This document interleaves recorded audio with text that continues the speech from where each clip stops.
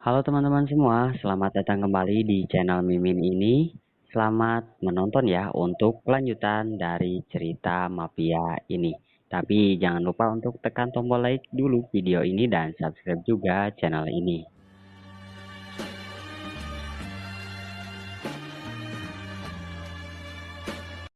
Bab 23. Ini semua gara-gara kau. Alex menyalahkan Lolita atas semua yang terjadi pada rencananya. Mereka sekarang berada di rumah.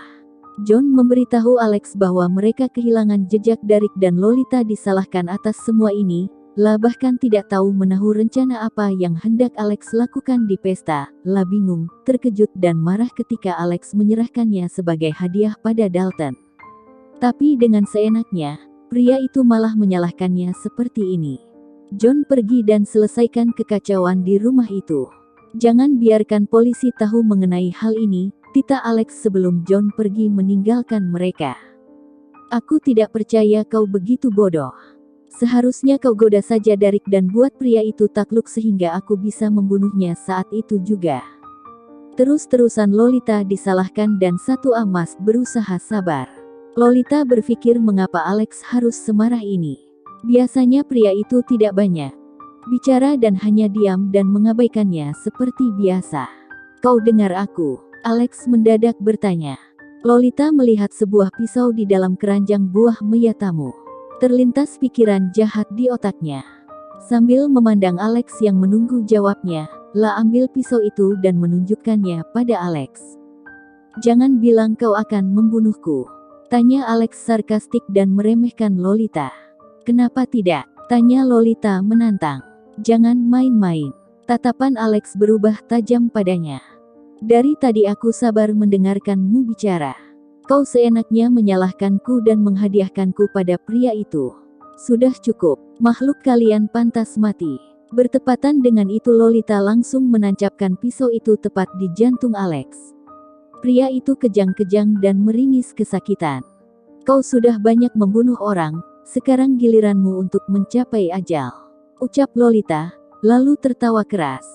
Di sana Alex tak berdaya dan menutup matanya. Darahnya bercucuran hingga merembes ke baju. Sementara Lolita tampak puas dan menikmati semuanya. Hei, aku sedang bicara padamu. Alex membentak dan seketika Lolita langsung sadar. Ternyata itu hanya khayalan Lolita saja. Memandang pisau yang masih di tempat, Lolita menggeleng, terserah kau mau bilang apa. Aku mau ke kamar, jangan ganggu aku. Setelah mengatakan itu, Lolita bangkit dari kursi dan pergi meninggalkan Alex. La masih mengenakan jas yang sama yang diberikan Alex padanya. Karena itu ia butuh mandi dan menenangkan pikirannya atas semua peristiwa yang terjadi beberapa waktu lalu. Tapi Alex malah menyalahkannya dan menahannya di sana. Bodoh amat Alex mau bilang apa nanti. Mau menyiksanya. Tentu saja tidak bisa, ia masih mempunyai kartu AS yang pria itu tahu sebagai bukti mencapai penjara. Beberapa hari kemudian Lolita melihat Alex kembali ke rumah. Pria itu terlihat lesu dan lelah. Bajunya penuh darah, rambutnya berantakan, dan lengannya berdarah seperti terkena belati. Menatap Lolita sebentar Alex langsung berjalan melewatinya dan masuk ke kamar. Lolita tahu mengapa Alex seperti ini.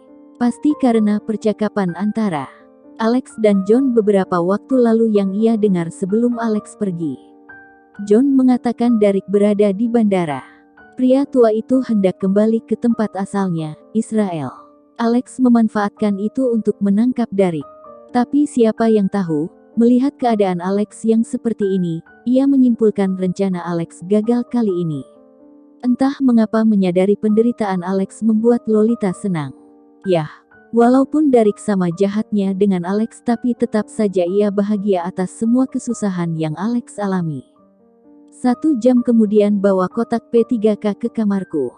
Itu suara Alex yang memerintah.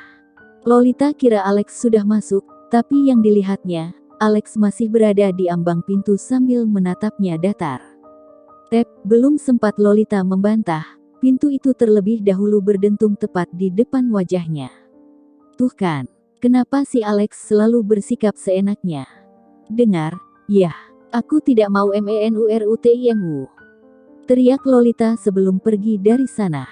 Kesal. Setelah apa yang dilakukan pria itu padanya. Apakah pantas ia menuruti pria itu lagi? Enak saja.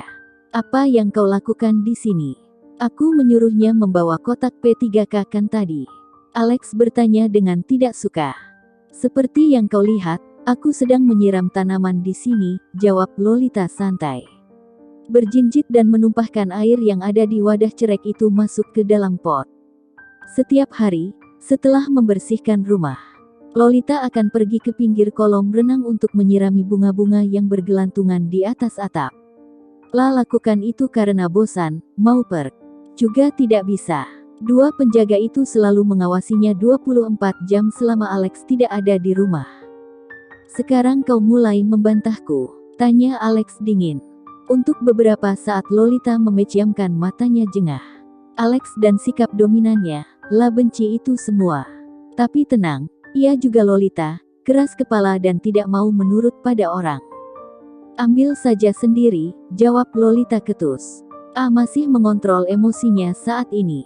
Jadi Alex diharapkan mohon diam untuk sementara. Baiklah jika ini yang kau inginkan. Kau bisa kembali ke rumah bordil itu. Alex tiba-tiba mengancam. Oh, sekarang permainan pria itu mengancamnya.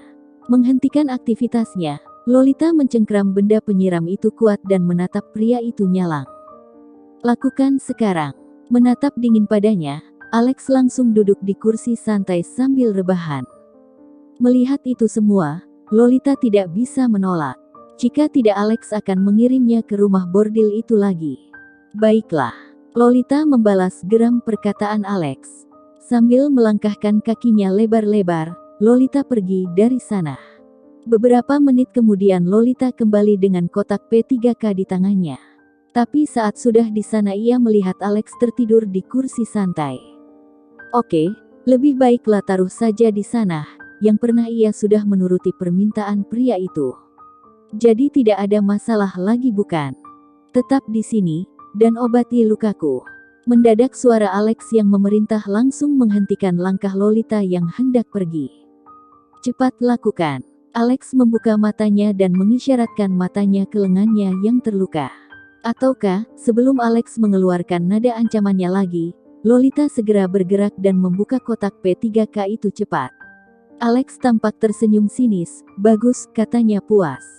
Cih, dasar pria kriminal. Maunya kehendak sendiri. Mana dari tadi ia belum istirahat. Sekarang malah dapat pekerjaan baru. Menyebalkan. Luka Alex tidak begitu parah, seperti sebelumnya yang harus dijahit. Kali ini hanya goresan, jadi ia berniat mengobatinya dengan obat merah lalu memperbannya juga kain kasa. Sambil membungkus perban pada lengan Alex, Lolita mulai bertanya, kalian musuh?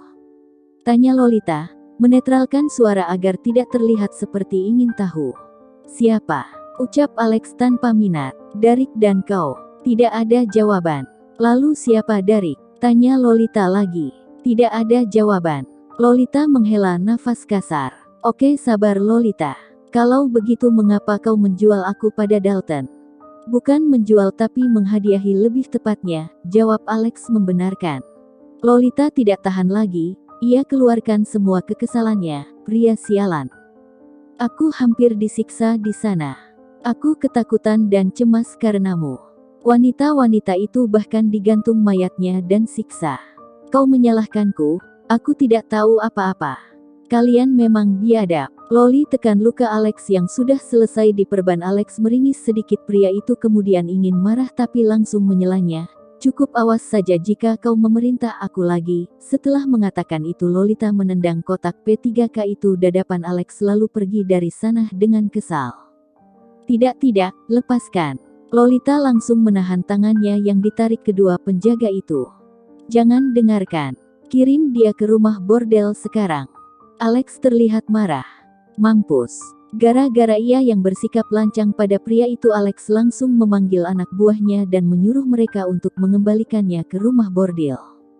Aku mohon jangan bawa aku ke sana Lolita. Masih mempertahankan diri. Jika ia benar-benar kembali ke rumah bordil itu lagi, bagaimana ia mencari tahu tentang Alex? Sudah beberapa minggu di sini saja masih belum menemukan bukti apapun, apalagi di sana.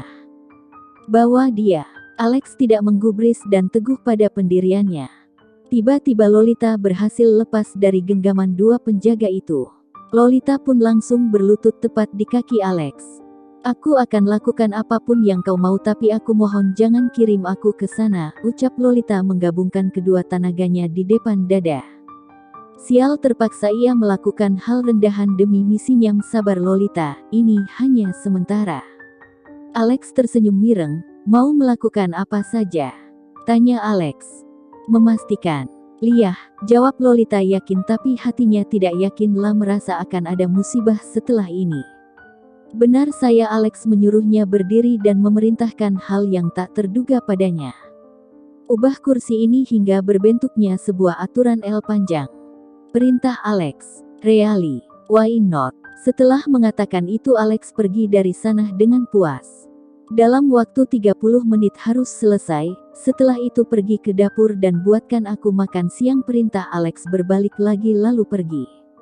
Sementara di sana Lolita hanya bisa nelangsa merutuki nasibnya. Kursi itu berat, bagaimana ia bisa menggesernya? Sudah bagus bentuknya, sekarang minta diubah olehnya lagi. Kenapa tidak meminta bantuan dua penjaga itu saja?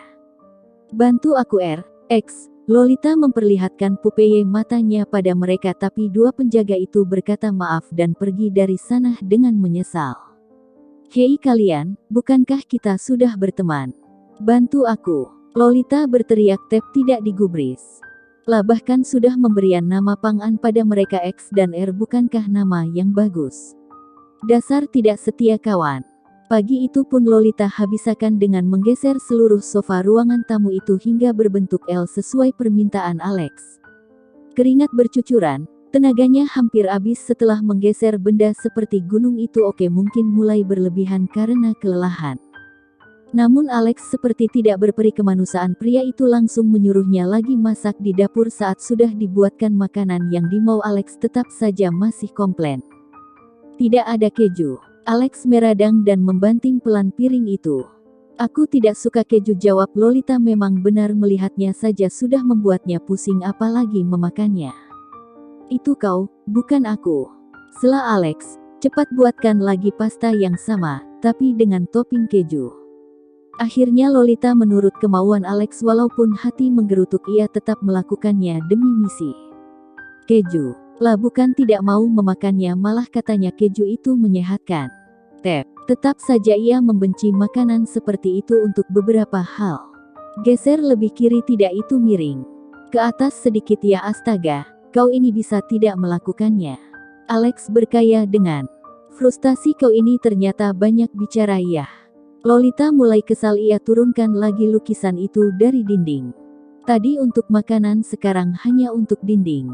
Pria itu benar ingin memasterisnya. Sepertinya tatapan Alex mulai berubah. "Kau yakin dengan menantangku?" Lolita tidak bisa berkata lagi, ia pun memaksakan senyuman. "Tentu saja tidak, Maharaja." Sebenarnya ia ingin muntah mengatakan hal itu. "Bagus," kata Alex cuek. Setelah itu Lolita lanjutkan pekerjaannya memasang lukisan di dinding. Kali ini Alex tidak berbicara lagi, lah mulai merasa aneh. Apakah ini benar? Lolita menengokkan kepalanya ke belakang dan tidak menemukan Alex di manapun. Saat itulah Lolita sadar ia telah dikerja. "Alex," terak Lolita, kesal.